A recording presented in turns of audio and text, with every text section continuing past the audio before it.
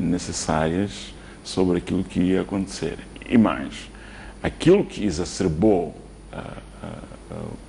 os ânimos, se posso assim dizer, foi aquele discurso de abertura do Comitê Central, um discurso, digamos, de confrontação, porque as pessoas a quem ele estava a se referir estavam ali dentro daquela reunião, não é?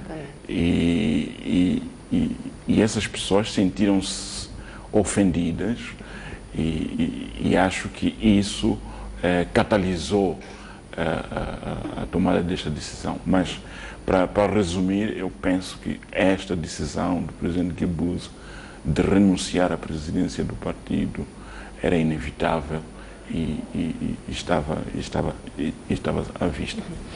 Samit Dembele, acha que Armando Guebuza de fato renunciou de livre espontânea vontade ou também foi como aconteceu com o Joaquim Chissano, foi obrigado a deixar o cargo? Boa noite, Selma. Boa noite, colegas do painel. Boa noite, telespectadores da STV. Bom, a história da associação na Frelimo não é pacífica como tal, de uma forma geral. Se fazermos um olhar histórico para o processo de sessão dentro da Frelimo, as primeiras duas sessões foram sessões de sangue. Isto quer dizer, estou a falar de sessão do presidente Mondlane e do presidente Samora Machel. São sessões que foram precedidas de mortes até hoje não muito explicadas das figuras que ocupavam o posto de presidente da Frelimo. A sucessão do presidente Chissano é um pouco diferente da sucessão do presidente Guebuza, na medida em que pelo menos havia estrutura interna para o presidente Guebuza assumir a liderança do partido. Dali havia alguma previsibilidade, enquanto pessoa que a nível do partido, em termos de domínio da máquina, tinha conhecimento da máquina, porque o presidente Guebuza era secretário-geral do partido. Então havia alguma previsibilidade no sentido de que o presidente Chissano, dada pequena pressão, pudesse renunciar. Em relação à questão do presidente Guebuza, eu ia me ancorar ao Chacate quando diz que a quanto do 10º Congresso nós vimos um grande movimento de construção e desconstrução e reconstrução das organizações sociais do Partido Frelimo para colocar essas estruturas à imagem do presidente Guebuza para lhe fornecer apoio quando precisar. Vimos o secretário-geral do Partido Frelimo que também renunciou na sessão que elegeu o atual presidente da República, candidato do partido, a dizer que o que iria acontecer seria uma bicefalia. Teríamos dois polos de poder. E vimos o presidente Guebuza persistente na sua vontade de continuar. Eu estive um pouco atento aos discursos das organizações sociais na abertura da sessão do Comitê Central. E a partir daqueles discursos era, na minha ótica, difícil de prever que o presidente Guebuza iria renunciar, porque ele tinha toda a máquina a operar para que isso não acontecesse, permita-me dizer isso. Normalmente as sessões do Comitê Central são precedidas por reuniões das organizações sociais. E dessa vez não sentimos aquele grande movimento dessas reuniões que podiam já nos indicar o que iria acontecer dentro da sessão. Aliás, vimos o próprio secretário-geral da CRIM, aliás, subordinado do presidente Guebuza, por coincidência ou não, a dizer que o presidente Guebuza deveria continuar. Vimos membros de força também do Partido Frelimo a dizer que o presidente Guebuza deveria terminar o seu mandato. Foi eleito por um órgão responsável, referindo-se nesse caso ao Congresso do Partido Frelimo. Então, previsibilidade eu questiono, porém, se calhar a questão de inevitabilidade. não é? Eu acho que era quase que inevitável, em função dos grandes debates que aconteceram não só dentro do Partido Frelimo, como no país todo, dado que o país, que o Partido Frelimo é o partido que governa o país. Então, eu acho que era inevitável, porém não era muito previsível essa renúncia do Presidente da República, na minha ótica. Okay. Chacate, eu vou recuperar a ideia do Samito Dembele. Filipe Nyusi foi eleito com uma maioria de 98,4% dos votos. Olhando para aquilo que foi o discurso de Armando Guebuza na abertura da sessão, de alguma forma revelava alguma confiança, como também dizia o Samito, na continuidade, não é? E também o discurso de parte dos militantes que publicamente manifestavam apoio direto a Armando Guebuza. Como é que interpreta estes números? Bom, primeiro permita-me dizer que há um aspecto que traz aqui muito interessante o colega do painel, o Samito, quando diz que a previsibilidade era bastante, digamos, difícil, mas a associação era de facto inevitável. Sim. Concordo plenamente com ele, porque tendo em conta a pressão que se fazia sentir, quer a nível interno do próprio partido, assim como fora do partido, de vários indivíduos que têm acompanhado a dinâmica política em Moçambique, o chefe de Estado o antigo chefe do Estado, nesse caso, devia ter lido os cenários e perceber que as pessoas, a legitimidade, não é, que é o fator crucial, não estava lá. Ele já não tinha mais legitimidade para continuar como presidente do partido. Por outro lado, é preciso perceber que, quando nós olhamos para os números, revela-nos um aspecto muito interessante. É que no primeiro dia do comitê, nós vimos várias vozes, que eu penso, sobretudo os secretários permanentes provinciais, que diziam abertamente que estavam satisfeitos com a continuação do presidente Guebuza. Sim. E queriam que o presidente Guebuza continuasse, porque ele tinha afiado a máquina e provou com A mais B que era de facto um grande líder para continuar a dirigir os destinos, portanto, do partido. Mas, quando olhamos para os resultados, não é, das eleições, que são tão expressivos, quase 100%, revelam claramente que as pessoas parece que tinham um sentimento de medo, não é? Que nos microfones falavam uma coisa, mas aquilo que tinham como sentimento dentro de si era outra coisa. Esses resultados, na minha opinião, revelam isso, que as pessoas queriam que acontecessem mudanças. As pessoas queriam que o presidente Nyusi assumisse a direção do partido. Aliás, como nós sabemos, já temos vindo a citar repetidamente isto, pela história da Frelimo, o chefe, portanto, do Estado foi, ao mesmo tempo, o presidente do partido Frelimo. Então, as pessoas já tinham isto. E a pressão social, eu conversava com alguém, que não vou citar aqui o nome, que é uma fonte bem posicionada, estava lá dentro, não é? Que quando estavam em portas fechadas, ou quando começou a existir coragem de algumas vozes a pressionar o chefe, as pessoas perderam medo e iam dizendo ao chefe que, olha, chefe, há uma pressão muito grande e tem que ceder e tem que deixar o presidente Nyusi, portanto, assumir. São dados especulativos, não é?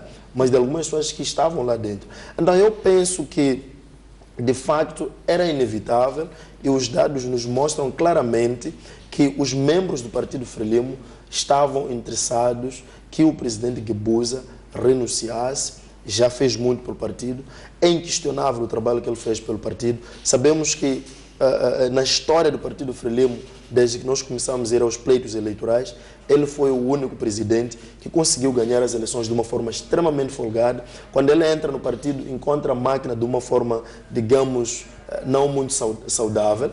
Ele conseguiu afinar a máquina, conseguiu revitalizar as bases do partido, tanto que as segundas eleições conseguiu ganhar com 75%, uma vitória que até surgiram as expressões de vitória esmagadora, retumbante e convincente. Então, penso que os dados nos mostram que as pessoas queriam, de uma forma, digamos, resumida, e indo, portanto, à questão que me coloco. As pessoas queriam mudança dentro do Partido Frelimo, as pessoas queriam transição, as pessoas queriam, portanto, responder às expectativas de vários moçambicanos que também olham o presidente Nyusi como uma pessoa capaz e que, infelizmente, encontravam obstáculo para a existência desta bicefalia dentro do Partido Frelimo.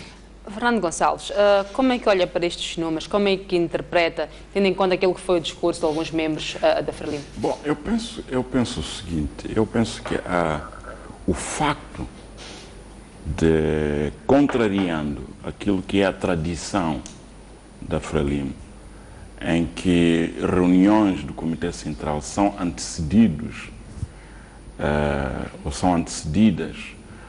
das reuniões dos órgãos sociais da Frelimo, OMM, OJM, a CLIN. Eu penso que essas reuniões não foram realizadas precisamente porque se sentia que a questão seria levantada ao nível dessas organizações. Ok? E era preciso evitar que isso acontecesse. Mas é precisamente quando se tenta evitar o inevitável que se torna previsível que alguma coisa vai acontecer. Por isso é que eu digo, era previsível. Eu não acredito que, com todo o carisma que o presidente Guebuza tem, não é, dentro da Frelimo, ele era capaz de suster toda a pressão que era exercida sobre ele. E veja que não era pressão ao nível médio, era pressão ao nível mais alto da estrutura de direção do partido. Portanto, para mim, era uma questão de tempo. E eu podia ler os sinais. Nós estivemos aqui na semana passada e dissemos que se o presidente Guebuza insistir em manter-se na presidência do partido, vai criar uma situação, não é, em que pode enfraquecer o chefe de Estado, não é? E se alguma coisa correr mal na direção do Estado, as pessoas vão dizer que é o presidente Guebuza que não quis entregar o poder. E mais, iria criar nele a impressão de que ele é uma pessoa que está apegada ao poder e que não quer largar o poder. Até pode não ser isso. Eu acho que este assunto foi discutido ao nível da cúpula do partido antes da eleição do presidente Nyusi. As coisas mudaram mais à frente, não sei o porquê, mas mudaram. Então, eu penso que era inevitável, mas também era previsível que isso iria acontecer. Quem lê os cenários políticos e tem capacidade de fazer análises, mesmo que não seja em público, não é? Era capaz de ver que, olha, isto ia acontecer. Está a caminhar para lá. Bom, permita-me só queria pegar aqui um ponto interessante que levanta o Fernando. Bom, eu penso que o que era previsível, tendo em conta também o último conclave da Frelimo, é que os camaradas dentro do Comitê Central iriam levantar o ponto de sucessão. Isso sim, na minha opinião, era previsível. Sabemos que quando foi eleito o presidente Nyusi como candidato da Frelimo, tinha uma lista que o Comitê, portanto, Central, aliás, Comissão Política, tinha apresentado, e lembro-me que o secretário na altura, o Paundi, havia dito que aquela era a única, portanto, eram os únicos nomes que deveriam, portanto, ir à votação. Mas os camaradas têm prerrogativas de, dentro do Comitê Central, poderem levantar outros pontos, portanto, na agenda. Daí que eles levantaram este ponto e acharam que era preciso incluir novos nomes. E assim aconteceu. Daí que fomos, portanto, à corrida eleitoral a nível interno do partido com a Luísa Diogo. Então, o que era previsível, na minha percepção, é que, de facto, penso que até comentei com alguns colegas, é que, de facto, os camaradas não iriam deixar de colocar este ponto.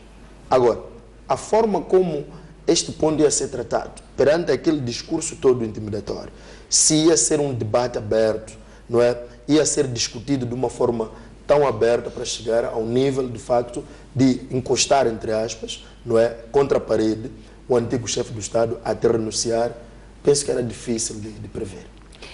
Samit Dembele, deixa-me falar aqui daquilo que são os cenários, podermos ler os cenários. Guebuza levar esta renúncia até o último dia, o dia de encerramento desta sessão. Não terá ele interpretado mal os cenários internos e pensado que ainda tinha apoio suficiente para lhe manter no poder? O que eu acho, de facto, eu acho que o presidente Guebuza, se tivesse sido um pouco mais teimoso, podia manter-se no poder. Isto é verdade. Teimoso em que sentido? Se ele quisesse resistir um pouco mais, ele tinha que... Vamos ver que o presidente Guebuza renuncia no último dia, ok? E como alguém disse, grande parte, por vontade ou por coação, ainda prestavam alguma vassalagem ao presidente Guebuza. Iam ter dificuldade de se pronunciar contra o presidente Guebuza numa situação em que ele próprio não se demitisse. Okay. Isto é possível também de ler.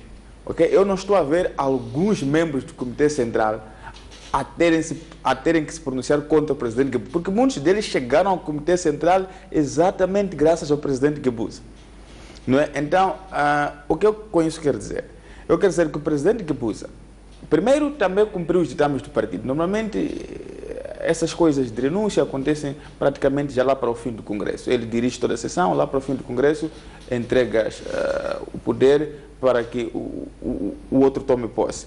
Mesmo se ele tivesse planeado antes, neste Congresso, não estou falando de sessão do Comitê Central, mesmo se o presidente Guebuza tivesse tido em mente que nesta sessão eu vou me retirar, não ia retirar-se no primeiro dia. Ok? O que podia... E também ia ser estranho que este ponto viesse na agenda, porque já não seria renúncia. Porque alguém, quando renuncia, isso não pode vir na agenda. Se vê na agenda, já não é renúncia. Não é? É uma situação em que vamos falar da sucessão do senhor lá na sessão.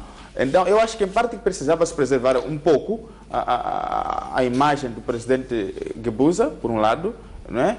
Dando-lhe a possibilidade de ser ele mesmo a renunciar, assim como acompanhamos que também aconteceu com o presidente Chissano, ok? E, por outro lado, tinha que se garantir que os trabalhos acontecessem normalmente, não é? Então, eu acho que foi nesse sentido que... Que pela teimosia poderia muito bem se manter. Sim, podia manter-se se ele fosse um bocadinho mais... Mas a que custo? Exatamente, a questão aqui custo para o partido, não é? Sim. Mas ele podia... Como iria liderar o partido? Até o partido ele podia liderar, mas em que circunstância ele podia liderar o partido? Porque ele tem a máquina toda sob seu controle. A máquina interna podia funcionar, mas como que a máquina só faz enquanto os órgãos, etc, etc, esses iam funcionar? Porque vamos ver que a Comissão Política estava quase que silêncio em relação ao assunto. Produziram uma agenda muito bem, imagino que respeitando a dignidade do Presidente da República, não introduzindo o ponto de denúncia. O porta-voz e muitos outros deverão dizer que o assunto de sessão não é assunto a ser tratado. Eu acho que tudo isso está alinhado com a ideia de preservar a imagem do Presidente Guebuza, no sentido de que ele mesmo que ia renunciar, não seria obrigado pelo partido, não é? Uhum. Então, é nesse sentido que eu vejo. Bom, eu acho interessante a colocação, o ponto que Samito levanta. Mas na política existe um aspecto muito interessante, que é aquela máxima de não basta ser esposa de César, tem que, portanto, parecer. E, para mim, pelo menos o chefe do Estado tinha que ter dado imagem clara, não é? De que ele, como dizia uma vez o Salomão Moyano num debate, de que o chefe do Estado, quando falava-se, portanto, naquele período da sua saída da presidência, porque haviam vozes que acreditavam que ele ainda queria renovar o mandato, o partido Sim. tinha, portanto, a maioria absoluta para poder aprovar, mexer a Constituição e acomodar esse interesse. Então, Salomão Moyano dizia uma coisa muito interessante, que o chefe do Estado está num cenário em que estamos num voo, e que o voo não mostra nenhuma tendência de estar a abrandar, não é que vamos aterrar. Então, o que me deu a entender neste Congresso...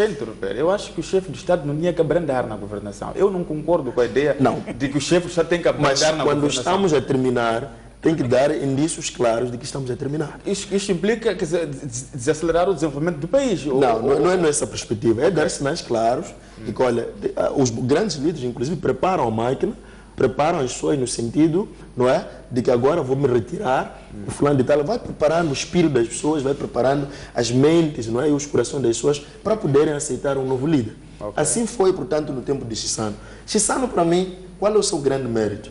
Até pode ter sido forçado, mas deixou uma aparência, não é, para o público de que Chissano retirou-se.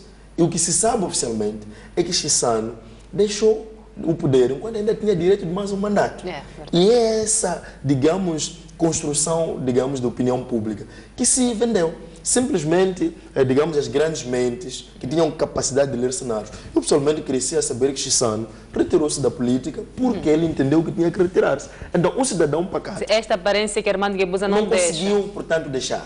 Ele deixou uma outra aparência de que não, ele quer continuar. Todo este ambiente que foi criado deixou um cenário e uma percepção tanto para os membros dentro do partido, assim como para a opinião pública em geral, de que o presidente Guebuza não estava interessado em abandonar o poder como o chefe, portanto, do Partido Frelimo. Então, para mim, o grande erro, por mais que ele, de facto, sabia que ia resignar, tinha que dar a entender isso ao público. Isso na política conta.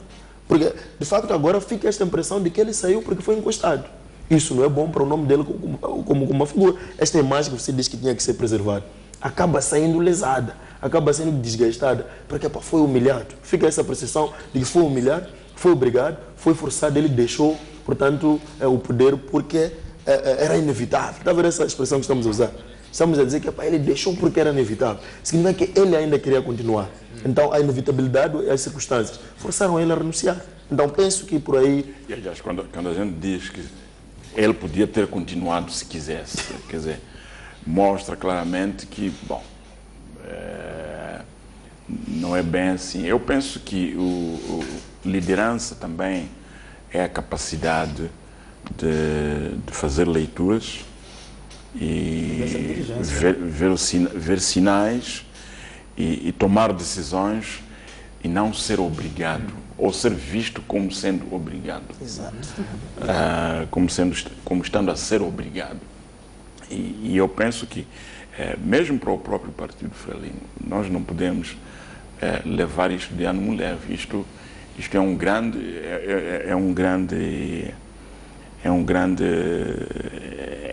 um problema muito grande para a Frelimo.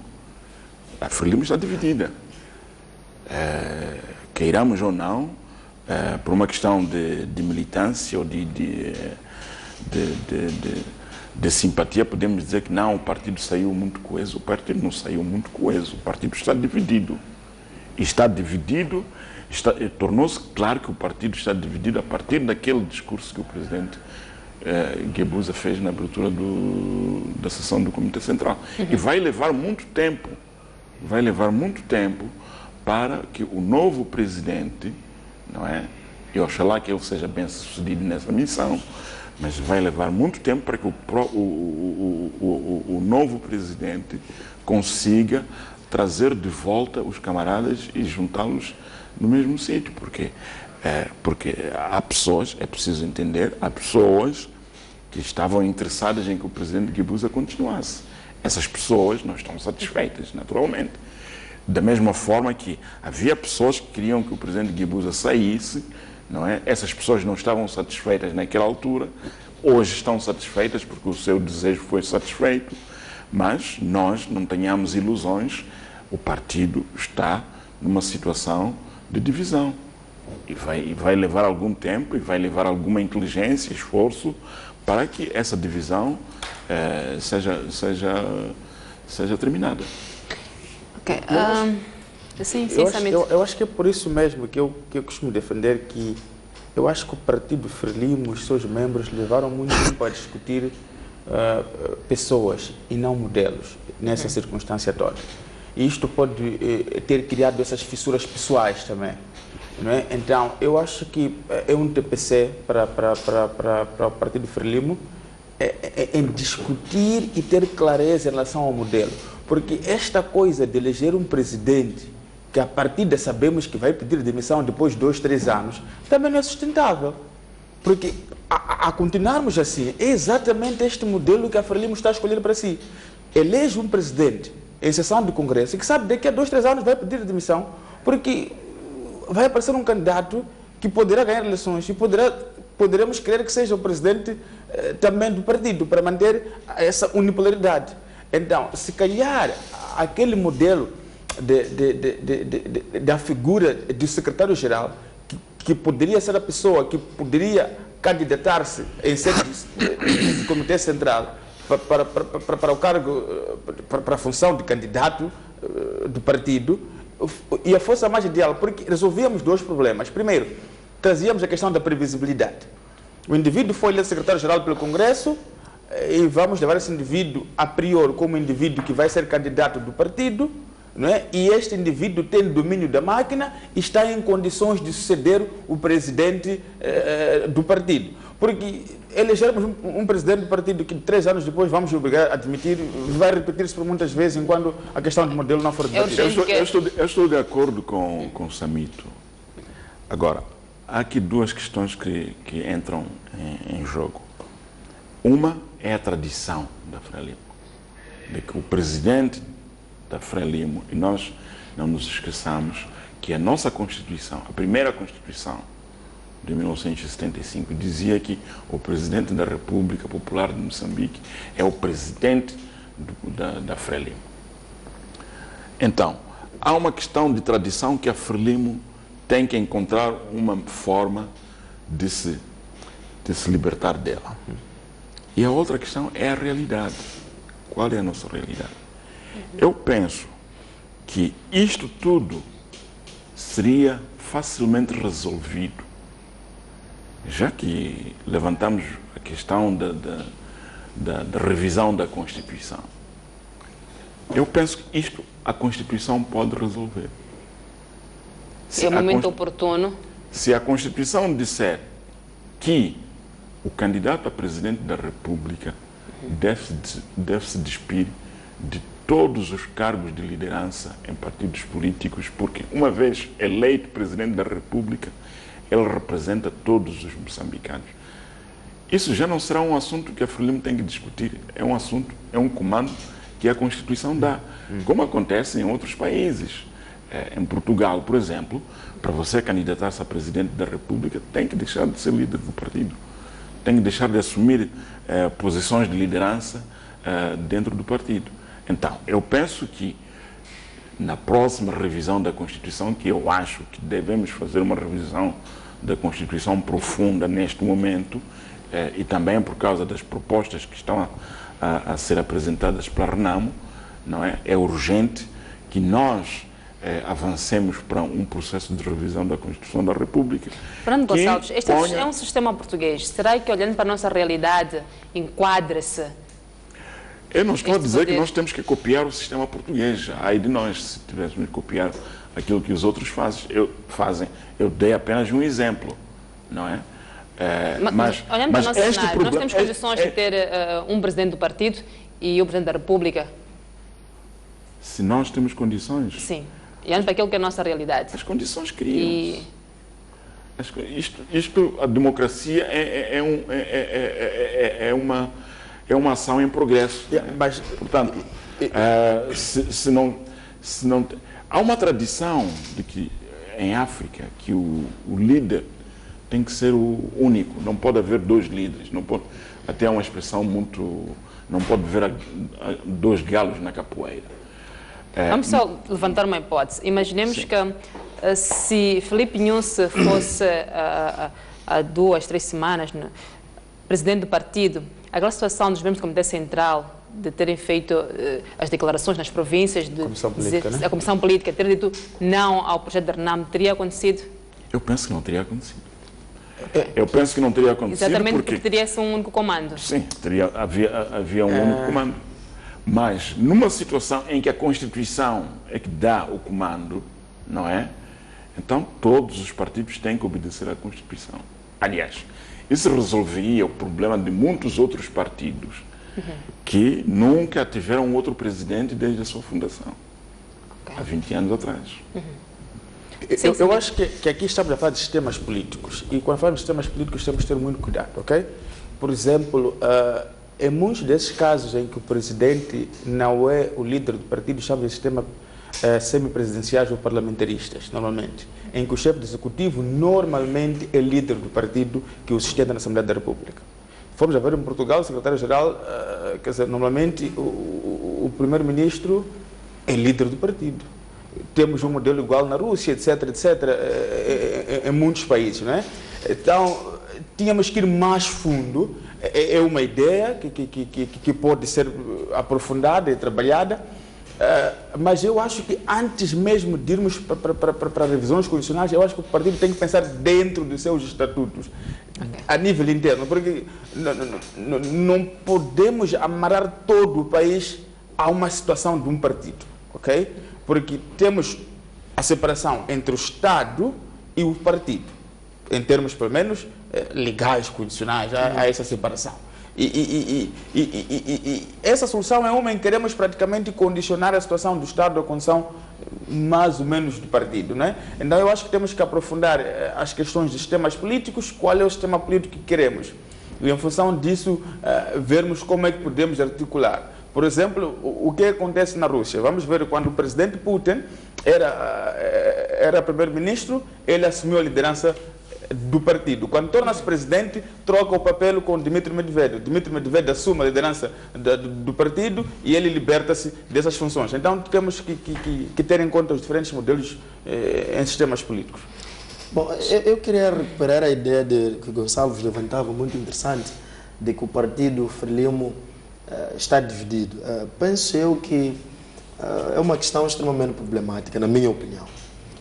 A questão de divergências dentro de um partido são bastante normais, porque são vários interesses, são vários segmentos dentro do partido, como bem muito levantava o Gonçalves.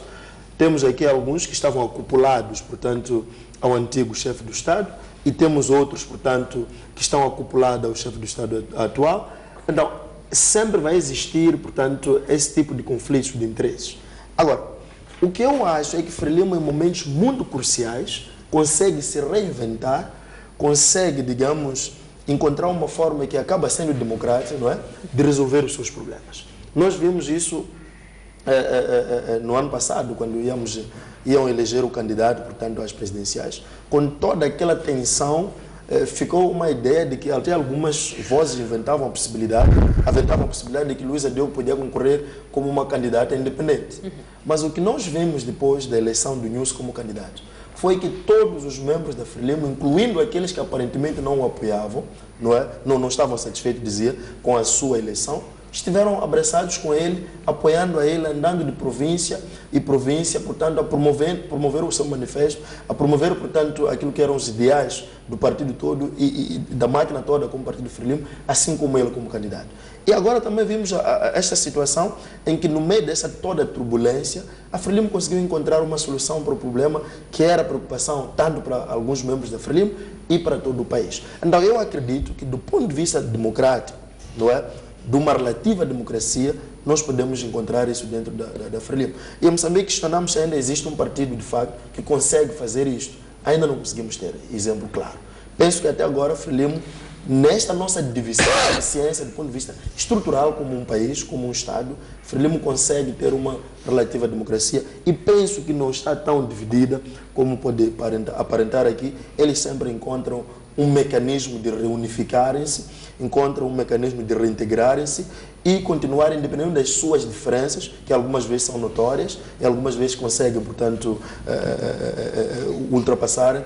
Penso que eles encontram uma forma de unirem-se quando têm um objetivo comum. Esse é o ideal. Não, eu penso que isso acontece. Esse é o ideal. Penso que isso acontece. Eu penso que eu mantenho a minha posição de que há divisões. Vão ser resolvidas. Eu não tenho dúvidas quanto a isso. Mas há uma coisa que eu acho que, no meio de tudo isto, é muito positiva. É que está provado que ninguém está acima da Frelimo. A Frelimo é uma máquina, é um partido sério, é um partido e é uma grande lição para muitos outros, para os outros partidos que nós temos aqui em Moçambique. Alguns deles que só tiveram o primeiro congresso constitutivo. E em África, nós sabemos que há presidentes com mais de 90 anos e que estão agarrados e querem cair com o partido e com o país juntamente com eles. E a Frelimo consegue resolver esses problemas. Portanto, no meio de toda esta situação que nós achamos que não é agradável, há uma luzinha no fundo do túnel que mostra que há esperança. Okay. Vamos ultrapassar este ponto. Há uma sensação de que havia muita expectativa, não só dentro do partido, como também fora em relação à sucessão, à queda ou à renúncia de Armando Guebuza. Do vosso ponto de vista, a que é que se devia esta grande expectativa? Chagat. Bom, primeiro é preciso, como eu tinha dito no início, ter em conta que, do ponto de vista da construção do Estado moçambicano, confunde-se com o Partido Frelimo. Quer a gente goste disso ou não, este é um fato. Os moçambicanos, desde 1975, foram governados por esta máquina chamada Frelimo, por este partido chamado Frelimo. E continuam até hoje a governar, este partido continua a governar o país. E olhando as coisas nessa perspectiva, as pessoas, neste momento, quem está a governar este país é o Partido Frelimo. Obviamente que as pessoas vão exigir que o Partido Frelimo, não é, traga solução ou soluções para aquilo que são as suas experiências. Eu penso que essa sessão toda, digamos, o levantar de várias vozes a nível interno do partido, assim como fora, ou de uma opinião pública que esperava que algumas mudanças acontecessem dentro da Frelimo, é que a Frelimo neste momento está a governar o país. E neste momento as pessoas querem que haja uma Frelimo que mostre trabalho, e havia uma percepção de que esta ideia de bicefalia dentro da Frelimo dificultava aquilo que era o trabalho do presidente Nussi na sua governação. Então daí que as pessoas queriam ver esta questão resolvida. Também voltando para aquilo que já foi aqui esmiuçado e debatido, a ideia de que, do ponto de vista histórico, a Frelimo sempre foi dirigida pelo chefe do Estado. Então, isso tudo, esses elementos todos, faziam com que várias vozes se levantassem, várias expectativas, portanto, se colocassem em torno deste comitê, portanto, central da Frelimo. Então, se nós formos a ver tanto a mídia, tanto os cidadãos pacatos, que não acompanham tanto a dinâmica política, estavam com olhos, portanto, colocados sobre esta quarta sessão, portanto, do Comitê Central da Frelimo, porque é este partido que está governando o país. Então, eu penso que isto, de certa forma, acaba...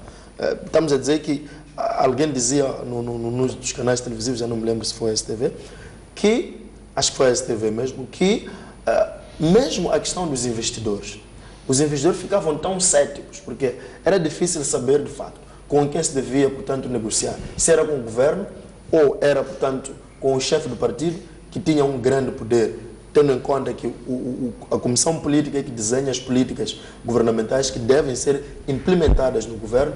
Então não se sabia, de facto, com quem deveria, portanto, negociar para poder fazer investimento. Então isso, de certa forma, intimidava os investidores a ficarem mais confiantes naquilo que eram as suas expectativas de investir. Se não me engano, foram as declarações do Dr. Rajendra. Exatamente, é isso mesmo. Fernando Gonçalves, esta expectativa, o que é que de fato se devia ser? Uma grande expectativa, na verdade, em Guebuza sair do poder? Não, é histórico. É histórico no sentido de que, desde que Moçambique se tornou independente, a Frelimo é o partido que tem estado no poder, né? E é a Frelimo que desenhou todo o percurso que Moçambique tem estado a seguir. E é óbvio, não é, que as pessoas, não só os membros do partido Frelimo, aliás, eu fico um pouco magoado quando ouço pessoas que dizem que não, os problemas da Frelimo têm que ser discutidos pela própria Frelimo. Pela própria Frelimo. Há muitas pessoas que não são membros da Frelimo, mas que têm interesse sobre como o país deve ser governado. E essas pessoas, quando têm que discutir essas questões de governação, inevitavelmente vão desaguar na forma como o partido Frelimo desenha as suas políticas, na forma como o partido Frelimo é governado. Alguns de nós que nascemos um pouco antes, não conhecemos nenhum outro partido até 1990 ou 92, por aí. Portanto, querendo ou não, há esta atenção que é focalizada sobre aquilo que são as atividades da Frelimo. E eu digo mais, com toda a conjuntura no meio de toda a conjuntura política em Moçambique, eu não vejo outro partido que vai governar Moçambique nos próximos anos. Em algum momento não pareceu que há muita atenção, proteção ou simpatia por Filipe Nyusi? Vocês só estão mesmo a proteger Filipe Nyusi para que seja presidente do partido e também da República? Quando há essa grande expectativa em Armando Guebuza? Olha, o desgaste da incumbência. O presidente Guebuza tem a sua imagem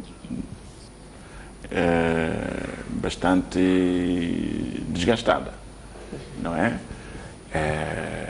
Qualquer presidente, o presidente Nyusi também vai enfrentar os mesmos problemas lá para o fim. Portanto, é uma questão de saber como gerir as críticas, como gerir expectativas não realizadas das pessoas. Mas qualquer pessoa que assume o poder tem sempre dizer, certo? Posso usar esse termo, linchar em público. Eu vou lhe dar um exemplo muito simples. O Obama. Quando o Obama chegou ao poder em 2008, toda a gente dizia: Obama vai resolver todos os problemas. Os americanos, os negros nos Estados Unidos iriam ter o seu problema resolvido. Nós estamos a ver agora essa situação que ocorre nesse estado, não sei como é que se chama, já não me lembro do nome, dos jovens que são abatidos pela polícia e provoca tumultos. E a política externa dos Estados Unidos não mudou porque o Obama está lá. E Obama hoje tem um rating de aprovação que, se não me engano, está abaixo de 50%. Portanto, eu penso que é o desgaste da incumbência. O presidente Guebuza teve a sua imagem desgastada por causa da sua Fernando Gonçalves, já voltamos. A noite informativa sai para um breve intervalo, mas não sai desse lado, que voltamos em minutos. Até já.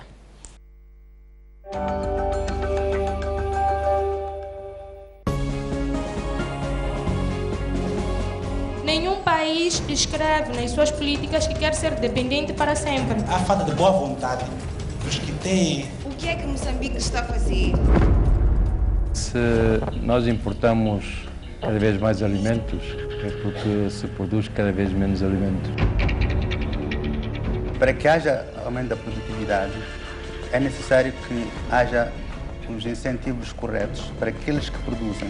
Moçambique precisa de ter uma lei da agricultura. Sendo legislado, o governo não tem falha, tem que pôr o dinheiro. Os políticos, fazedores de política, não têm um monopólio do conhecimento. E é importante que alguém faça isso. E a academia tem responsabilidade perante a sociedade, perante as perspectivas de desenvolvimento.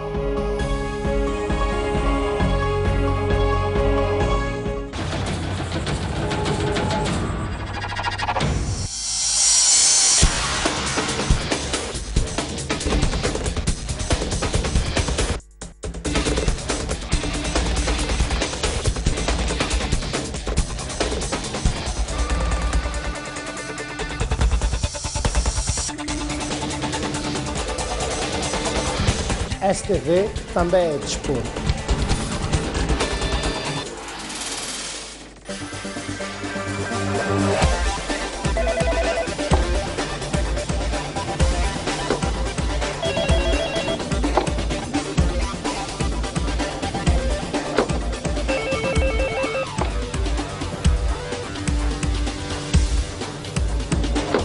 É sempre uma via para todos dizerem o que pensam.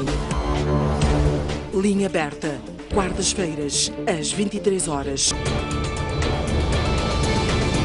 Porque o que você pensa conta. Reservamos um espaço de opinião em dose dupla. Conto consigo das 11h30 às 12h30. Eu, das 18 às 19h30.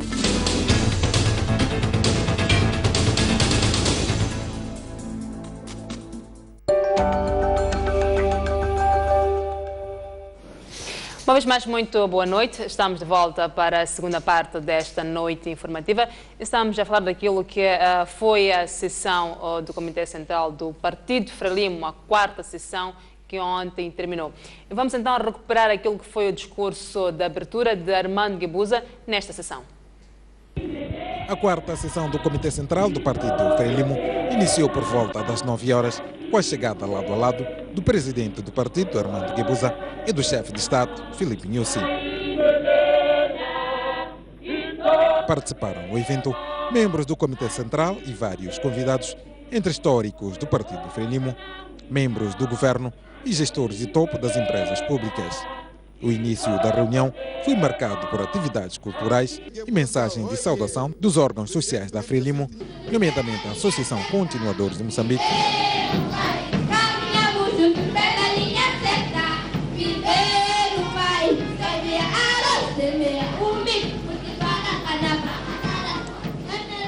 Organização da Juventude Moçambicana,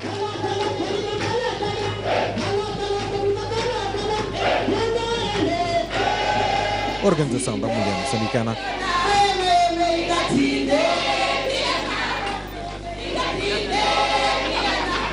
e a Associação dos Combatentes de Luta de Libertação Nacional. Na hora do discurso, o presidente do partido começou por pedir um minuto de silêncio em memória às vítimas das cheias que assolaram, sobretudo, o centro e norte do país. Que observemos um minuto de silêncio.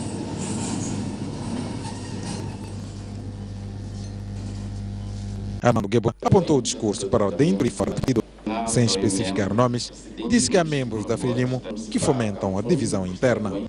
Preocupa-nos, todavia, a postura e comportamento de alguns camaradas que publicamente engendram ações que concorrem para perturbar o normal funcionamento dos órgãos e das instituições e para gerar divisões e confusão no nosso seio.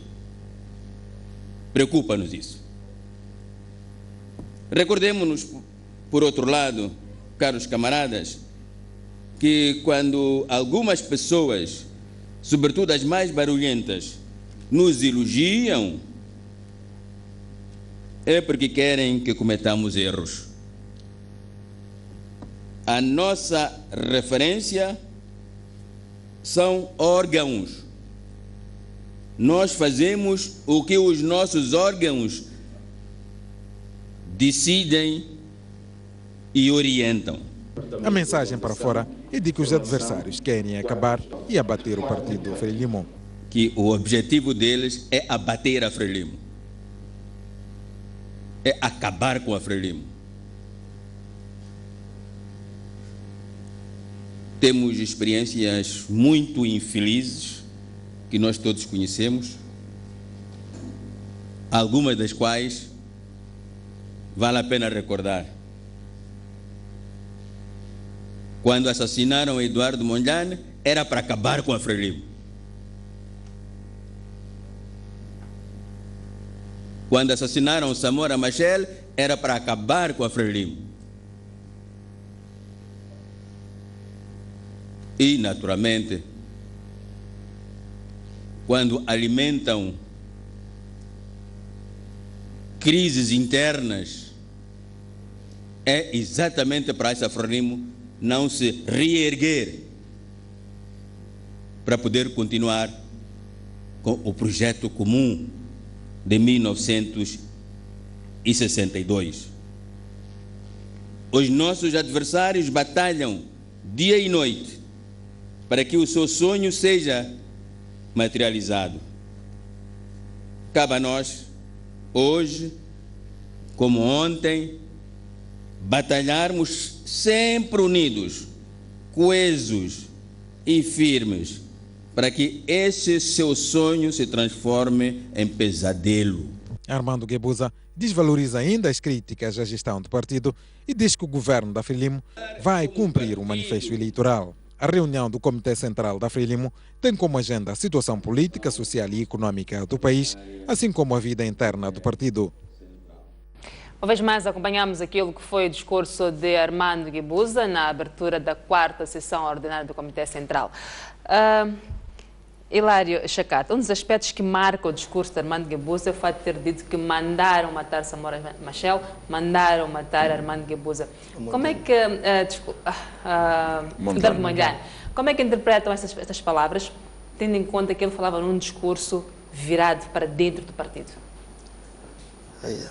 É uma questão bastante difícil, mas, bom, eu penso que ele falou num determinado contexto. É preciso tentar perceber o contexto em que ele coloca essas palavras. O contexto é de que há camaradas, não é, barulhentos, não é?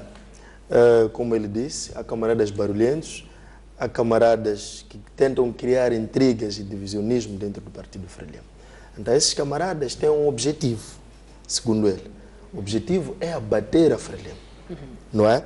Então, esse camarada diz que temos recordações históricas muito negativas. Quer dizer, não camaradas, mas algumas pessoas mandaram matar, portanto, o Mondlane. Mandaram matar Samora. Então, é preciso perceber o contexto. Então, diz que ainda existem inimigos, como existiram ontem, não é? Ainda existem hoje e existirão no futuro. Então, temos que tomar medidas no sentido de precavermos. Ele traz uma colocação muito interessante, quando diz que vamos trabalhar todo o tempo, a todo o gás, para permitir que o sonho desses indivíduos transforme-se em pesadelo. Fernando Gonçalves, mandaram matar Mondlane e Samora, como é que interpreta estas palavras? Bom, a narrativa oficial da Frelimo em relação à morte do presidente Mondlane, em relação à morte do presidente Samora, foi sempre de que estes foram assassinados. Não é? Nunca se disse por quem. No caso do Eduardo Mondlane, se diz que foi o colonialismo português. No caso do presidente Samora, diz-se que foi o apartheid. Portanto, são inimigos óbvios. Portanto, e torna-se inquestionável se você apontar esses, nas circunstâncias de então, se você apontar estes como os assassinos. E é preciso também entender que a narrativa da Frelimo, ela própria, é uma narrativa de estar sempre vigilante contra o inimigo. Não nos esqueçamos de unidade de trabalho e vigilância, as 3 palavras de ordem da Frelimo. Portanto, de estar sempre a haver inimigos. E, aliás, o próprio discurso... Mas os inimigos estariam dentro do partido quando o discurso é feito virado para o partido? Não, neste caso os inimigos não estão dentro do partido. Ele está a dizer, seguindo aquele adágio africano, de que quando o feiticeiro entra é porque alguém na nossa casa é porque alguém lhe abriu a porta. Então ele está a dizer que aqueles camaradas barulhentos que falam fora das instituições do partido estão a abrir espaço para que os nossos inimigos nos ataquem. E é por aí que eu penso que os exemplos das mortes do Mondlane e do Samora vêm à tona. Portanto, ele não está a dizer que sabe quem é que matou essas pessoas. Ele está apenas a dizer que, bom, foram os nossos inimigos que fizeram este trabalho e possivelmente houve alguém dentro do partido que criou as condições para que esses inimigos pudessem atuar.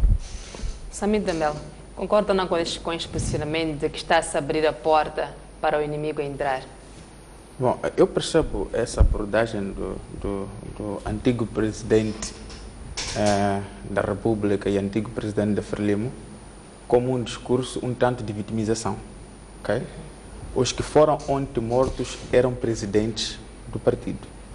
Hoje, quem é alvo dessa crítica toda é o mesmo presidente do partido. Ele traz aqui como uma vítima para poder colher algum apoio dentro do órgão do partido. É normal isto, mesmo em atos eleitorais, etc, etc. A pessoa transforma-se numa vítima. Para o caso do antigo presidente da Frelimo, o Sr. Armando Emílio Guebuza, ele recorre a fatos históricos para sustentar essa ideia dele enquanto vítima e, consequentemente, conseguir angariar algum apoio interno em como há pessoas que de facto estão aqui conosco, mas assim como estiveram ontem com Samora, assim o estiveram com Mondlane e hoje estão conosco enquanto membros. E ontem com Mondlane o mataram, ontem com Machel o mataram, hoje também me querem a me destruir, não é? Então, eu sou a vítima desses indivíduos. Está-se a colocar num grupo histórico do partido, de modo a conseguir algum apoio enquanto vítima da situação. Coloca-se como vítima, perceba assim. Chacat, olhando para a maneira como Armando Guebuza acabou saindo da direção do partido, como é que olha o futuro político de Guebuza, tendo em conta que agora fica como simples membro da comissão política? O futuro político do chefe do Estado, do antigo chefe do Estado, é uma questão um pouco difícil. Bom, se nós olharmos para a história, não é, dos outros chefes do Estado, eles quando saíram da política tornaram-se figuras simbólicas, não é, do Estado. Então eu penso que o chefe do Estado vai continuar com o reconhecimento de que ele deu um contributo para o desenvolvimento, não é, do Estado moçambicano. Alguns o apelidam como construtor, não é? Porque temos infraestruturas que de facto resultaram, não é, como resultaram da presidência dele, e penso eu que vai ficar como esta figura simbólica. O presidente Chissano tem, portanto, temos visto ele a desdobrar-se, a dar palestras em algumas universidades, é convidado para uma universidade ali a colar para dar palestras. Então eu penso que é a única coisa que lhe resta. E também tem outra questão. Se ele já foi o alto magistrado desta nação, a pergunta que eu lhe faço é o que ele vai fazer mais? Não há nada mais a fazer. A não ser cuidar dos seus negócios privados, criar uma fundação, não é? Que é o que normalmente os chefes dos Estados fazem. Então eu penso que ele vai retirar-se de uma política ativa, porque já foi o presidente, não é, da Frelimo, já foi o chefe do Estado moçambicano, alto magistrado da nação, e o que lhe resta neste momento, talvez tentar fazer alguma coisa nas Nações Unidas, porque a nível interno ele já atingiu o nível mais alto, não é, da liderança desse Estado moçambicano. Então penso que não há nada que ele tenha que provar, não há nada que ele tenha que fazer, a não ser descansar, cuidar da família dele. Perdeu muito tempo, de certa forma, a servir o Estado moçambicano. Penso que agora tem um tempo, digamos, ímpar, de estar mais perto da família, estar mais perto da mamã, da Luz Guebuza. Gonçalves, olhando para a maneira como acabou saindo Armando Guebuza, que futuro político espera? Ou pode esperar? Bom, infelizmente ele não pode ter nenhum emprego, porque a Constituição não lhe permite. A Constituição é clara que o Presidente da República, depois de cessar, não pode ter nenhum emprego. Isso não lhe impede de fazer outras coisas por solicitação de organizações internacionais como as Nações Unidas. Aliás, nós sabemos que o presidente Guebuza, antes de ser presidente, antes de ser secretário-geral da Frelimo, foi mediador no conflito do Burundi, por incumbência, creio que da União Africana ou das Nações Unidas. Portanto, há muitas missões por cumprir por este mundo fora, e organizações internacionais como as Nações Unidas, a União Africana e muitas outras geralmente fazem uso de antigos chefes de Estado para exercerem essas atividades. E eu penso que ele vai continuar a dar o seu contributo dentro do Partido Frelimo e para o país, que é Moçambique. Ele não é um criminoso. Ele não saiu de lá por ser um criminoso. Ele saiu de lá, pronto, chegou o momento de ele sair. E é normal isto. Nós não podemos desmatar, nós não podemos dramatizar quando as pessoas deixam de... Porque é natural. Então, eu penso que ele vai continuar a dar o seu contributo ao partido, que é dele, não é? Onde ele cresceu, vai dar contributo ao país naquilo que, se for necessário, o atual presidente o atual presidente é muito sortudo, porque tem 2 antigos presidentes Exatamente. que lhe podem aconselhar. E ele pode escolher qual dos conselhos ele vai seguir. Há outros presidentes, o presidente Samora não teve, o presidente Mondlane não teve essa sorte, o presidente Samora não teve essa sorte, o presidente Chissano não teve essa sorte, o presidente Guebuza teve, não é, a sorte de ter o presidente Chissano como... E Filipe Nhosse tem 2. Mesmo para continuarmos, vamos acompanhar aquilo que foi a reação de Afonso Dhlakama depois da renúncia de Armando Guebuza. Não significa aprofundamento da democracia. Eu acho que era o problema, né? Porque nós até já tínhamos o receio. Eu não sou membro da Frelimo, sou da Renamo, mas negociar com o inimigo dividido, negociar com o inimigo que tem 30, 40 grupos, as coisas não funcionam, porque não há consenso dentro do seio do inimigo. Acredito que demitiu-se, renunciou, porque a pressão era maior, né?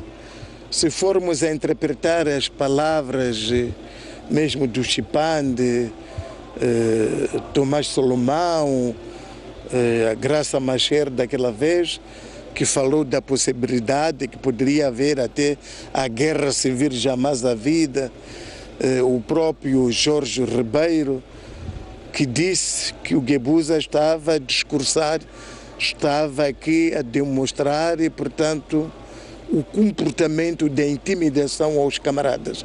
Ora, significa que as pessoas haviam perdido, portanto, o receio. E eu acredito também que a pressão que a Renamo está a fazer, em particular o Dhlakama, com enchentes, a exigir que as coisas mudem, e isto encoraja também os camaradas da Frelimo que tiveram coragem de dizer: o senhor saia, porque o Chissano também saiu. Como é que o senhor vai poder continuar a impedir o Nhosse? Eu penso que é uma coisa boa. Não digo facilitar, mas vai fazer com que o Nhosse controle o partido. Eu sou líder, tenho experiência. Se eu fui candidato da Renamo, ganhei, não tomei posse porque roubaram. Se houvesse um outro membro a dirigir o partido, eu a exigir, por exemplo, o anteprojeto de autarquia ao nível da província, se calhar haveria guerra, o outro a bater com o pé, a financiar os membros, a contrariar a minha posição. É aquilo que acontecia. O Nhosse não tinha liberdade. Eu não estou a favor do Nhosse nem do Guebuza, porque não sou membro da Frelimo, mas quero acreditar que foi uma posição sábia do Guebuza, foi muito criticado. Não era preciso que chegasse onde chegou, porque agora vai ficar na história que foi forçado. A internet está a publicar as declarações do Chipande, do Jorge Ribeiro, da Graça e de todos aqueles, o Tomás Solomão, todos aqueles. Não era preciso chegar até aí. Pois é, Afonso Dhlakama diz que de alguma forma contribuiu para a renúncia ou para a queda ou para a sucessão de Armando Guebuza. Samit Ndembele, até que ponto, ele diz isso no sentido da pressão que foi feita, os discursos dele, até que ponto é que as declarações de Afonso Dhlakama têm ou não algum fundo de verdade? Bem, deixa-me antes, permita-me, falar um pouco do futuro do antigo presidente. Sim, faz a favor. O antigo presidente foi eleito membro da Comissão Política no 10º Congresso. E ao se retirar das suas funções de presidente do partido, ele continua como membro da Comissão Política.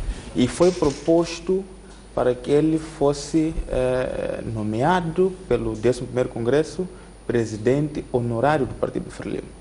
Okay? Eu estava a ver as diferentes menções de saudação que foram sendo lidas no encerramento da sessão do Comitê Central, e a mais longa foi a menção de saudação ao antigo presidente, ao senhor Armando Emílio Guebuza. Isto é indicativo. Quer dizer o quê? Quer dizer que o partido percebe que o presidente Guebuza apesar da maneira como saiu, ainda pode prestar grande contributo para o partido. Na medida em que, como o Chacate disse no princípio, ele encontrou uma máquina falida.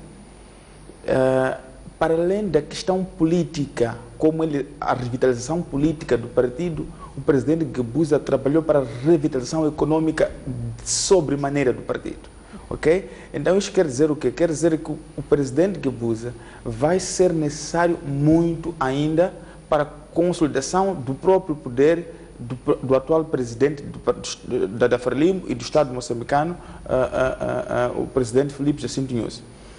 E também os colegas painel, o Fernando Gonçalves, o Chacate, falaram que ele pode ir muito bem, dada a sua experiência em matérias de negociação, de conflitos, etc., dar grandes préstimos, quer para o continente africano, quer para o mundo em geral. E também não é segredo para ninguém que o presidente Guebuza é detentor, tem grande poder econômico, não é? E a partir dali pode também, também vimos a ação da antiga primeira-dama, nas várias ações sociais que foi fazendo por Moçambique afora. Poderemos futuramente termos uma fundação Armando Guebuza em Moçambique que poderá ser muito útil para todos nós. Portanto, e também, acho que é muito importante isso, em função de como o presidente Nyusi vai governar Moçambique nos próximos 9, 10 meses, poderemos ver o povo a sentir falta do presidente Guebuza ou a querer esquecê-lo de vez, ok? Então é bom que tenhamos em mente isso, a retrospectiva, né?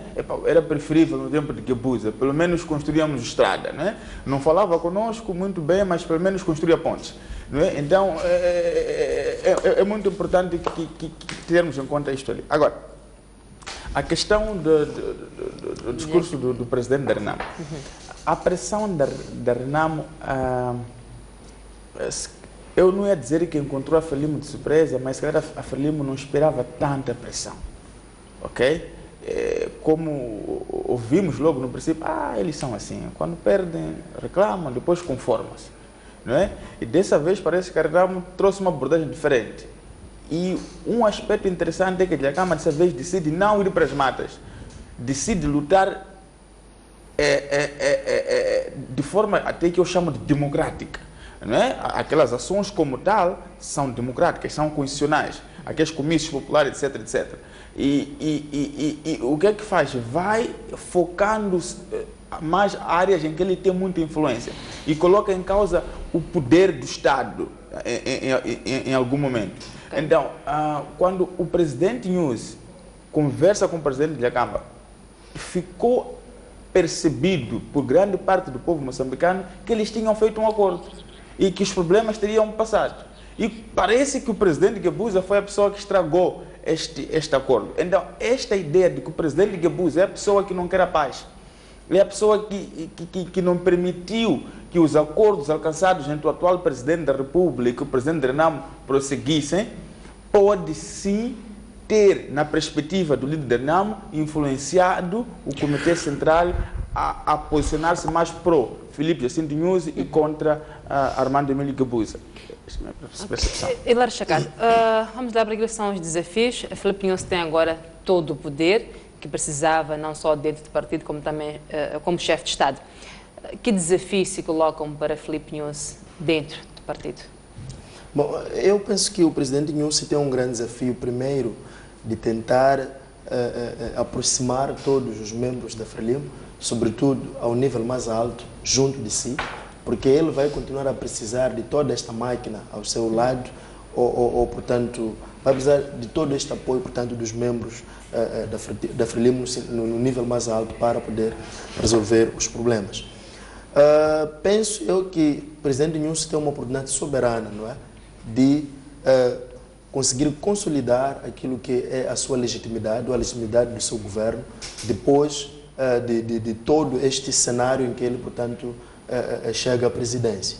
E penso eu que já começou bem, porque os moçambicanos, neste momento, o que precisam é um valor que é a paz, e todos os moçambicanos, parece que de uma forma uníssona, dizem que querem a paz. E ele, neste momento, já deu alguns passos que evidenciam que também tem interesse de trazer a paz de uma forma diferente.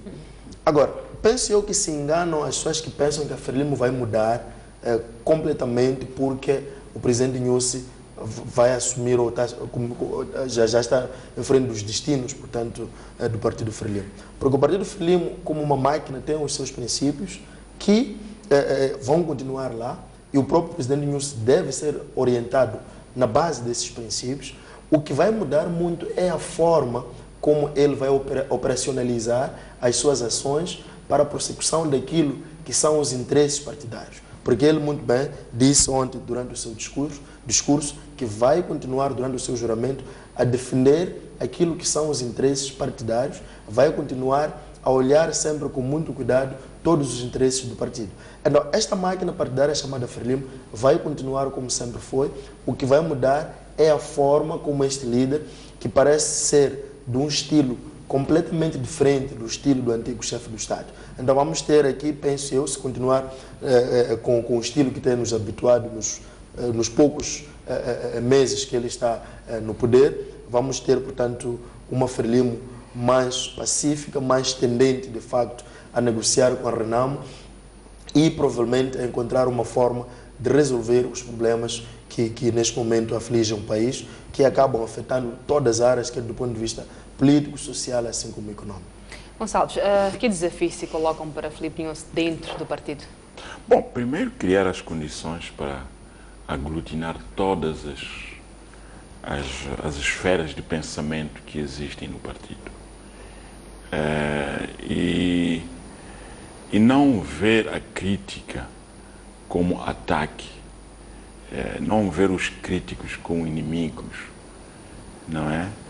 Porque se nós somos 24 ou 25 milhões de moçambicanos, cada um pensa da sua maneira. E alguns estarão de acordo com aquilo que nós pensamos, outros não estarão. Outros até vão pensar que nós somos malucos. Mas eu penso que o pior erro que um presidente pode cometer é tentar responder às fofocas. As fofocas essas nunca vão deixar de existir. Existirão, mesmo que o presidente esteja a fazer o melhor que se pode imaginar. Há de haver sempre pessoas que vão dizer que não, nós achamos que as coisas deviam ser feitas desta maneira. Eu penso que ou a pessoa ouve as críticas e interioriza essas críticas e tenta fazer o melhor para ir de encontro com aquilo que as críticas dizem, ou pura e simplesmente ignora. Porque se você é presidente de todos, não é? Tem que ter capacidade de absorver aquilo que todos aqueles que te elegeram ou pensam. Aliás, ser presidente não é fazer favores a ninguém. A pessoa candidata-se para ser presidente, não é? E portanto, tem que estar preparada, tem que ter o cabedal suficiente para absorver as críticas que lhe são feitas e agir talvez sobre elas, mas evitar muitas vezes responder em público sobre questões que as pessoas comentam sobre a governação. Porque esses comentários sempre haverão, não se pode agradar gregos e troianos, não é? Exatamente. Então, eu penso que ele agora tem todos os poderes que ele precisava para governar bem, para caminhar para frente. Eu penso que ele deve usar esses poderes da melhor forma que ele puder aplicar. Olhando para os desafios que acabou de mencionar, estarão ou não alinhados naquilo que foi o primeiro discurso de Filipe Nyusi? Bom, olhando para o discurso dele, eu tenho acompanhado o presidente Nyusi desde que ele se tornou candidato. não é? Os discursos que ele foi fazendo, os encontros que ele foi tendo com camadas da sociedade, notava-se claramente que há uma certa coerência, não é, com aquilo que foi o discurso dele na sua investidura. E penso que também o discurso que ele fez já depois de ter sido consagrado como presidente do partido está dentro da mesma linha. Um discurso reconciliatório, um discurso de contar com todas as forças vivas da sociedade para, neste caso da Frelimo, não são todas as forças vivas da sociedade, mas eu penso que é um discurso de esperança. Eu penso que nós devemos ter esperança na capacidade do presidente Inhosse de nos conduzir como deve ser. Samir Dembele. Sim, primeiro, deixa só fazer uma pequena em relação às fofocas. É verdade que não se espera que o chefe de Estado venha também, como qualquer outro cidadão, comentar, mandando recados ou as fofocas, mas tem que ter em conta que elas existem. E ter em conta que elas existem é perceber porque que existem e, dentro da avaliação, criar soluções para alguns desses problemas, não é? Em relação aos desafios do atual presidente, chefe do Estado e presidente da Frelimo, eu costumo dizer que vou usar o termo queda, mas que seja percebido de maneira leve, do atual presidente, do antigo presidente da Frelimo. Saída, melhor, sim, porque queda parece pesado. A renúncia. A renúncia, sim. O presidente Inhosse fica sem o para-raios que tinha. Queremos nós ou não, o presidente Guebuza, na função que estava, exercia uma função de para-raios. Muita coisa que acontecia, Inhosse era o bonzinho. Inhosse não era culpado é Guebuza. Não é? É Guebuza. Tudo então, o presidente Inhosse tem que estar consciente que perdeu aquele para-raio que tinha. Então, agora é com ele. Ele tem o poder dentro do partido. Até que ponto esses poderes são reais dentro do partido ou não, não sei. Porém, em termos formais, ele é presidente do partido e é chefe do Estado moçambicano. Consequentemente, o que disse o presidente Afonso Dhlakama? Vale a pena dialogar com um indivíduo ou com um inimigo unido. Supostamente, os poderes estão unidos nas mãos de Armando de Filipe Jacinto Inhosse. Agora, aquilo de que vou consultar o partido. O primeiro encontro foi isso, vou consultar o partido. Pode já não servir muito. Isto é, a paciência que a Renamo tinha para com o presidente Filipe Jacinto Inhosse pode diminuir. Porque antes, pronto, é novo, ainda precisa de consultar, tem outros que estão... Também não era presidente do partido. Sim, tem outros que estão a inviabilizar, vamos ainda ter mais paciência. Agora isto acabou. Então, nessa perspectiva, o presidente Inhosse tem que trazer ideias inovadoras para uma paz sustentável. Paz sustentável é uma paz que vem para ficar, não é uma paz de 5 dias, ou uma paz de 5 anos. Nós queremos ideias sustentáveis para a paz. Ok? Primeira questão. Segunda questão, se calhar, não muito em termos de ordem, de importância, mas também tem a questão da coesão interna dentro do partido e tem a questão da unidade nacional ou coesão do povo moçambicano. Tem que conseguir, como chefe do Estado, trazer o povo moçambicano junto daquilo que são os seus projetos de governação. Temos, para além do partido, tem que ter o povo a apoiar os seus projetos de governação. Como é que se faz isso? Tem que ter em conta questões sérias que o povo vive hoje. Se cria projeto de desenvolvimento que não cria emprego, não interessa a ninguém. Quais são os problemas prementes da juventude, das crianças, etc, etc. Tem que ter em conta. Eu percebi que, pelo menos em termos de domínio, o presidente Inhosse que sabe que existem esses problemas. Agora queremos soluções. Ok? Outra questão que eu acho que é muito importante é a questão, está relacionada com o primeiro ponto, o presidente Guebuza criou um pouco, está ligado com a questão da coesão nacional, não é? Mas quero ligar a coesão nacional com a questão do desenvolvimento. O desenvolvimento tem que ser sentido por todos, não por um grupo de moçambicanos, como pelo menos era acusado o presidente Gebuza. Eu acho que esses são os principais como parece estar a acontecer. Sim. Bom, queria apenas recuperar este ponto dos desafios. É preciso perceber que o presidente Nyusi entra na governação num momento histórico, em que o poder, estamos a falar do período de transição do poder, não é? Das mãos da geração de 25 de setembro para a geração 8 de março. Então, eu acho que ele, na verdade, representa uma geração. Então, que a responsabilidade que pesa sobre ele é muito grande.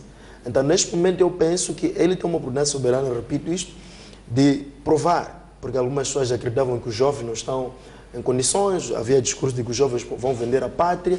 Então, eu penso que ele, neste momento, tem uma oportunidade soberana de provar que os jovens são capazes, os jovens podem fazer melhor, os jovens estão dotados de capacidade, tendo em conta este mundo em que nós vivemos, em que é preciso competência, é preciso que seja um líder pragmático e que perceba os desafios atuais para poder fazer face a eles mesmos. O segundo ponto é que, quando falamos da paz, o presidente Nyusi entra num contexto completamente diferente do contexto em que entrou o presidente Gebuza. O presidente Gebuza encontrou um Estado moçambicano numa paz estável, que caminhava para uma paz duradoura. E, infelizmente, as culpas todas caem sobre ele, porque ele foi o chefe do Estado, levou o país para uma situação de paz precária, não é? E neste momento o presidente Nyusi encontra o país nessa situação. Uma situação em que o país está numa paz precária, uma paz extremamente desgastada. Então o presidente Nyusi tem oportunidade de reverter este cenário e depois de algum tempo ficar na história, dizer que o presidente Nyusi conseguiu alterar a história, o curso da história moçambicana e trazer uma paz duradoura em Moçambique. Então eu penso que o presidente Nyusi tem uma oportunidade ímpar para fazer história como um indivíduo, para fazer história, portanto, como um moçambicano que alterou o curso da história moçambicana, trazendo o país que estava em colapso em termos de paz, numa situação, portanto, de paz estável e duradoura. Ok. Gonçalves, nesta altura, Filipe Nyusi vai dirigir uma comissão política, como se dizia antes, feita à altura e à imagem do seu antecessor. Até que ponto é que isto pode ou não ser um problema para ele? Bom, podemos dizer que pode ser um problema para ele, porque essa comissão política foi constituída pelo seu predecessor. Contudo, é preciso lembrar que esta comissão política não toma decisões para ela própria. Toma decisões que devem refletir os mais altos anseios dos membros do partido. Portanto, como aqui foi referido antes, haverá uma mudança no estilo de governação, porque todas as pessoas têm o seu próprio estilo como pessoas, mas o presidente Nyusi vai implementar aquilo que é o programa de governação da Frelimo, que ele apresentou como candidato a presidente da República, mas que foi sufragado pelo partido Frelimo. Obviamente que já estamos a ver que há uma resolução que foi passada nesta sessão, em que os membros do secretariado do Comitê Central, que é o braço executivo da Comissão Política, não é?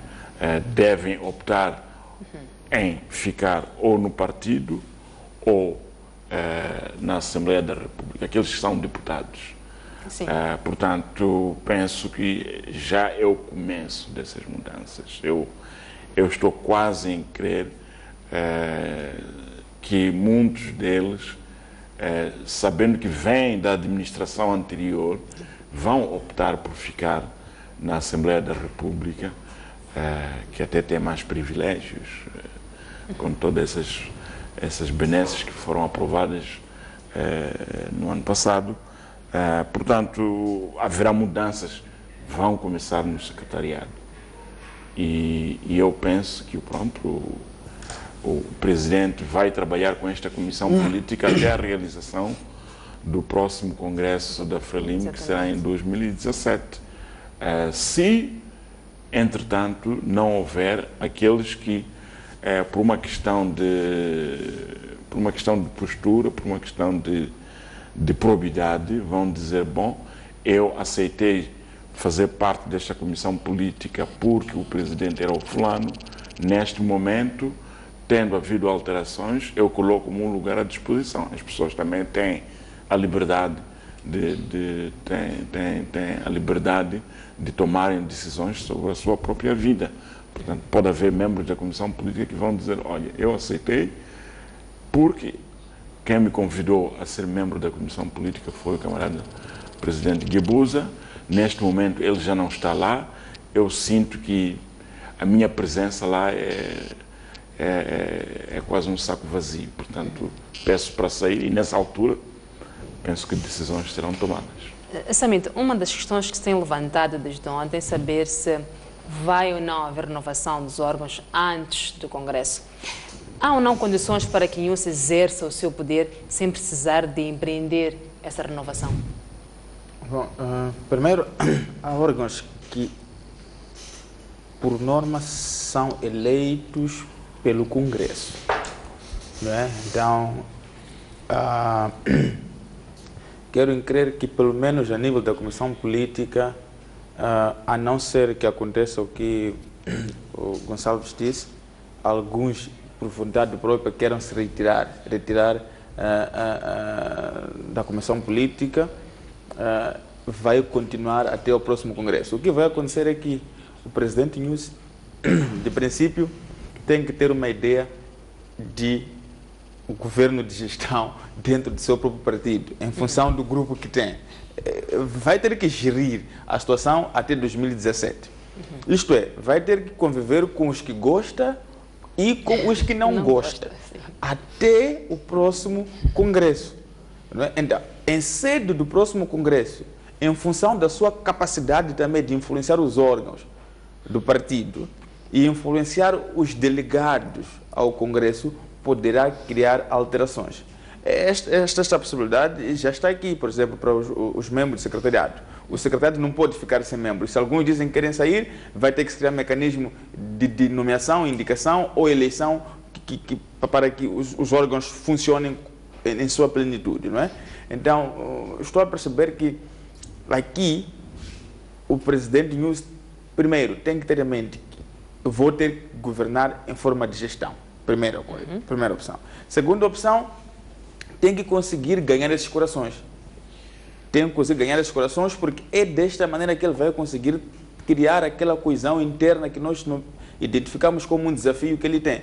Sim. Porque escoraçar a todos vai criar mais fissuras e que podem trazer problemas que ele menos espera. Não é? Então, acredito que, por um lado, ele tem que ter em mente que, pronto, vou trabalhar com a equipe que está lá e alguns poderão estar a minha presidência, alguns poderão não estar a presidência do presidente Nhus, ele tem que estar consciente disso, porém ele tem que trabalhar no sentido de trazer todos para o mesmo barco. Chacat, há ou não condições para que Nhus exerça o seu poder sem precisar de empreender esta renovação?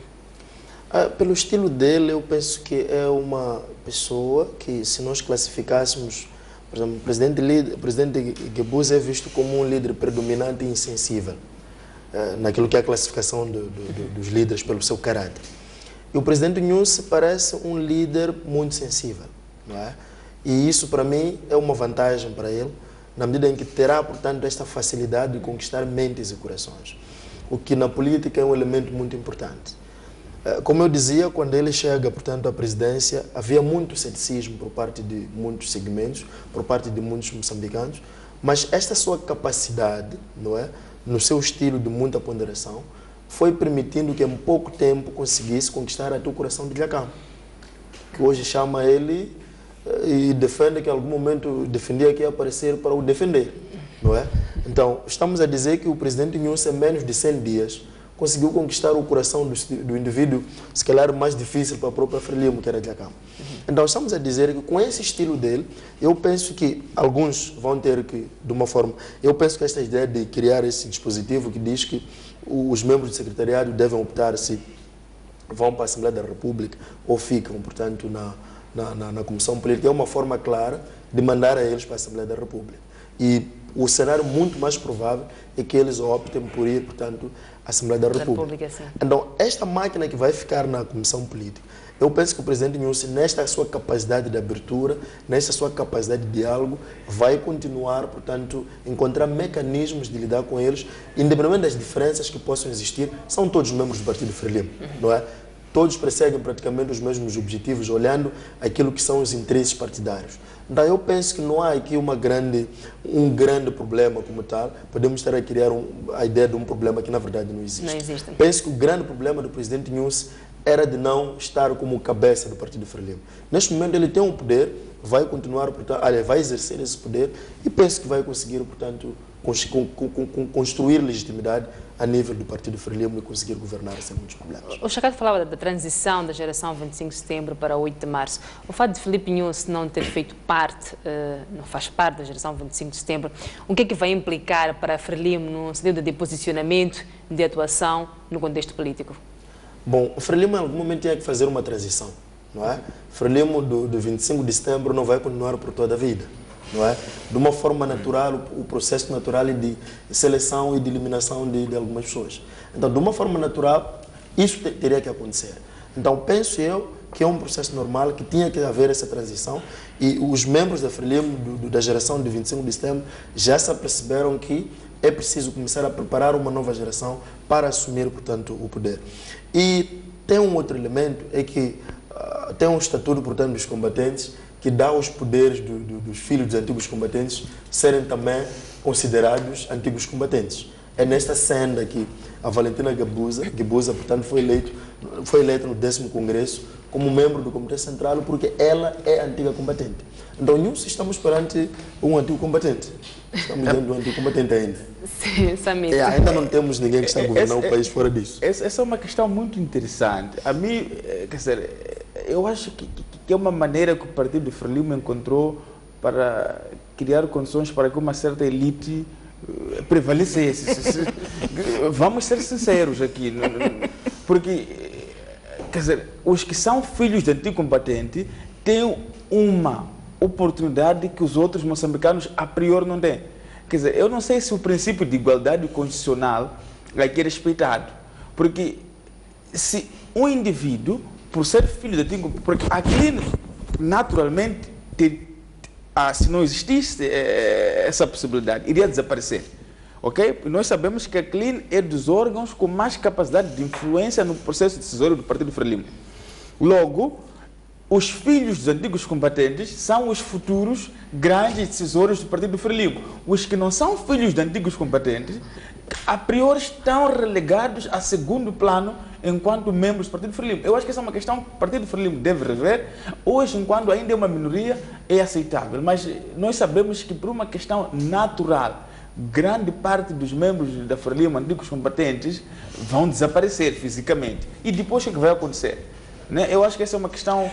Eu pessoalmente acho que é uma aberração essa coisa de chamar os filhos dos antigos combatentes ou dos combatentes do 25 de setembro como antigos combatentes também, porque eu penso que aqui estamos a criar um sistema monárquico dentro do Partido Frelimo, ou seja, os pais lutaram, os filhos herdam o estatuto dos pais.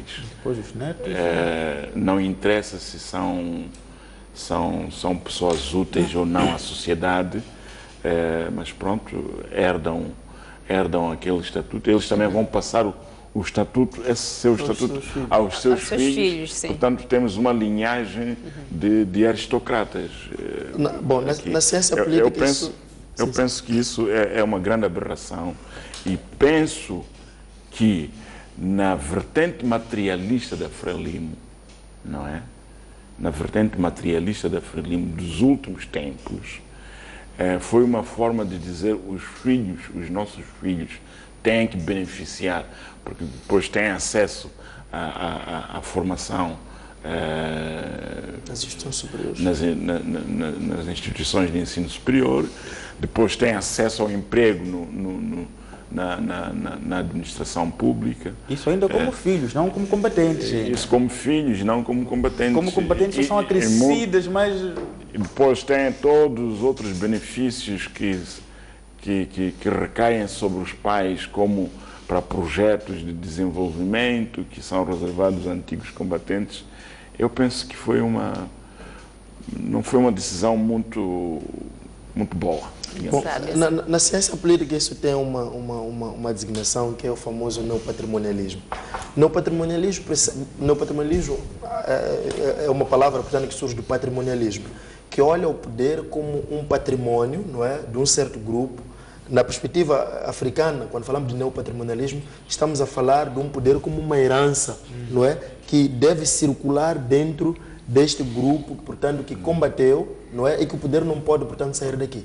Então, nós ainda temos, infelizmente, em África, até em Moçambique, estamos em condições melhores, a perspectiva de que, inclusive, encontramos em Gabão, parecíamos o cenário em que o ministro da Defesa, por exemplo, era o filho do próprio chefe do Estado. O atual presidente é filho do fundador do Gabão. Essa percepção de patrimonialismo, nós lutamos, não é? Nós temos que nos beneficiar por isto e também as gerações que nos seguem devem beneficiar por isto, porque nós lutamos para conseguir isto. Então, em Moçambique, penso que é um cenário não tão agressivo, não temos, felizmente, em Moçambique. Por exemplo, se olharmos para a Valentina Guebuza, Valentina está muito mais inclinada para questões mais econômicas do que preocupações de questões políticas. Mas é em função desse, porque enquanto ela assume o estatuto de combatente, tem prioridades. Sim, mas para questões que não econômicas mesmo. O que eu estou tentando dizer é que nos outros estados, os filhos dos chefes controlam o poder político e o poder econômico. Não, mas nós não podemos ficar satisfeitos porque estamos menos. Quer dizer, não podemos ficar satisfeitos porque estamos menos oprimidos. Mesmo para encerrarmos, agora Filipe Nhúcia é o Todo-Poderoso. O que é que se pode esperar deste projeto da RENAM que foi submetido à Assembleia da República na criação das regiões autónomas, das autarquias provinciais? Eu, pessoalmente, acho que aquele projeto é um bom ponto de partida, não é? Pelo menos trouxe-nos a necessidade de discutirmos a nossa organização. E esta questão de unidade nacional não pode ser uma coisa que a gente diz por uma questão de conveniência. A unidade nacional deve partir de baixo e até ao topo. E eu acredito que a questão da autogovernação é crítica, é crucial para o bom desempenho do próprio Estado. Eu sempre defendi isso. É verdade que há pessoas que eu já conversei com elas, mais velhas do que eu, que sempre olharam para isso como um tabu por causa do perigo de secessão e também porque nós temos vários países que têm algumas ambições imperialistas sobre partes do nosso país.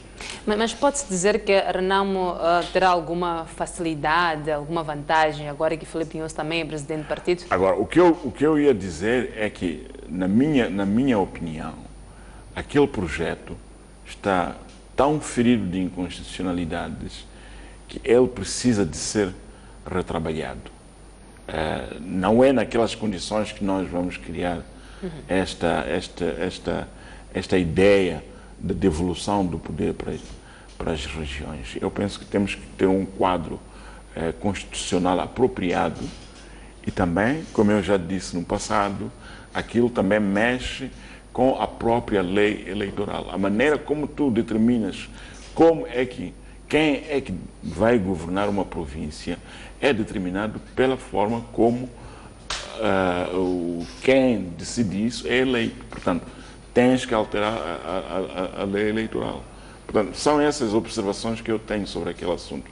Mas devo sublinhar que abre-nos uma oportunidade de discutirmos a questão do poder local de uma forma mais aberta, não é?